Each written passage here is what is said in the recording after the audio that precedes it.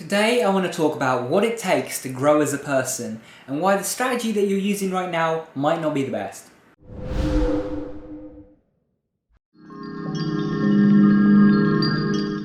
Hey guys, welcome back to Tipharot. It's me Matt here, and today I'm talking about growing as a person. So what do I mean by growing as a person? Well, I mean improving, learning, adapting and becoming better. If you don't grow, then you won't be able to handle the challenges that life throws at you. So how do you actually grow? How do you become a better person? Well, the way most people see it is, they see that to grow you have to improve in certain areas. So they look at those areas and they try and improve, They want to become better at, say, drawing so that they can go and pursue a career in that. So they draw and they draw and they draw and they draw. And that's one part of it. That is one part of growth, that you have to practice skills and develop in them. But another aspect of growth is learning to handle challenges and adversity.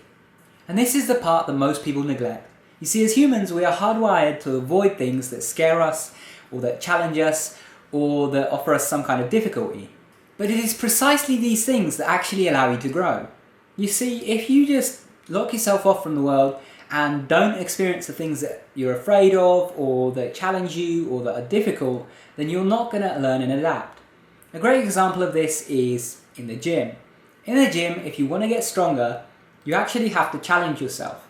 You can't just pick up, a bit of paper and, do a bicep curl with a bit of paper, 1,000 times a day and hope to get stronger. You're not going to get any stronger because you already find it easy to lift that bit of paper so your body doesn't have to adapt.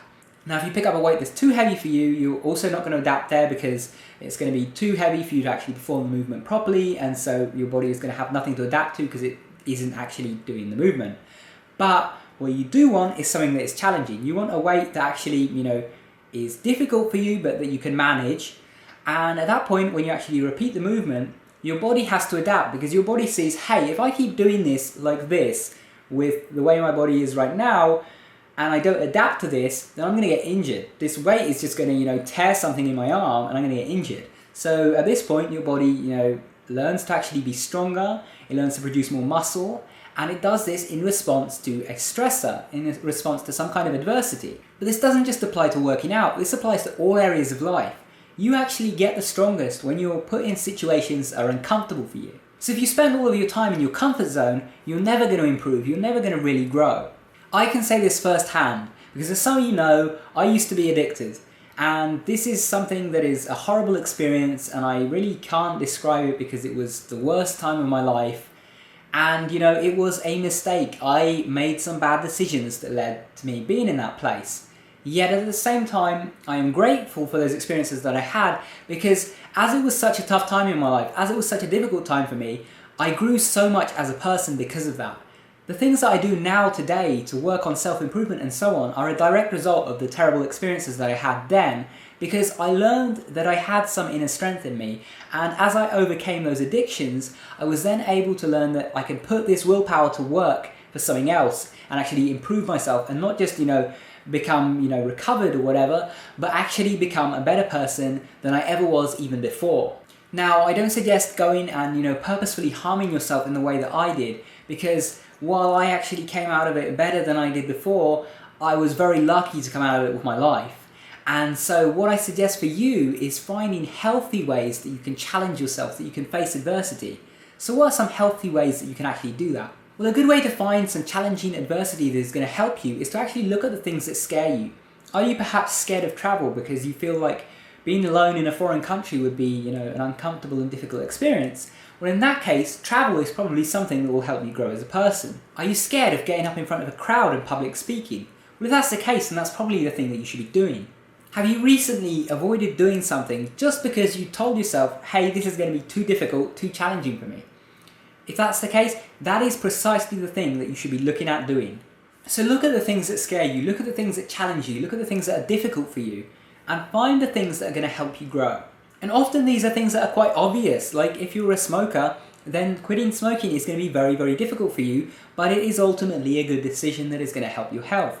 Other times it may not be so obvious. It may be the fact that you're avoiding going to a particular location because you have some kind of anxiety over that location. You had a bad experience there, so you're avoiding going back because you're kind of afraid of it, and as a result, every time anyone mentions that location, you're scared or whatever. that could be something that you actually need to face. You need to go there and face that place so that you can remove that fear and grow as a person and be more comfortable in future situations that involve that location. So I want you right now to get a bit of paper or notepad on your computer or a notepad on your phone or whatever, and in that I want you to actually write down a few things that you're afraid of, not rational things to be afraid of. If you're afraid of, having a fist fight with a shark or something like that, it's probably not something that you should go out and attempt to do. But look at the things that you're afraid of that aren't, negative, harmful influences, and see where you can face some of those. And I want you to just make a list of them now. And I want you to look at the list and honestly ask yourself the question, which one of these would I benefit the most from facing and conquering right now? And I want you to go out this week and try and make an attempt at doing that in some extent. If it's something that you can't really do right now, like it's travel the world, then perhaps just travel a short distance, go to another town that you're not familiar with on your own and see what it's like there. I want you to go out and do this. This is your homework for the week. This is your, assignment for the week. Now, if you're going to do this, if you're actually up for the challenge, then let me know in the comments below that you're signing up for this assignment. And if you want, you can include what your challenge is. It could be something like perhaps doing a few push-ups every day. It could be getting to the gym 3 times a week. It could be eating healthier. It could be going to a foreign country. It could be facing your fear of public speaking. It could be just applying for a bunch of jobs because you've been procrastinating and not doing that. Whatever it is, if you feel like sharing it, share it down below. But you don't have to share it. If you're committed to the challenge and it's something private and personal to you, then just say that you're committing down below. Anyway, thank you guys for watching. I hope you guys have enjoyed this video, and if you did, remember to subscribe up there for more. And if you want to keep watching, check out the video that's linked on screen.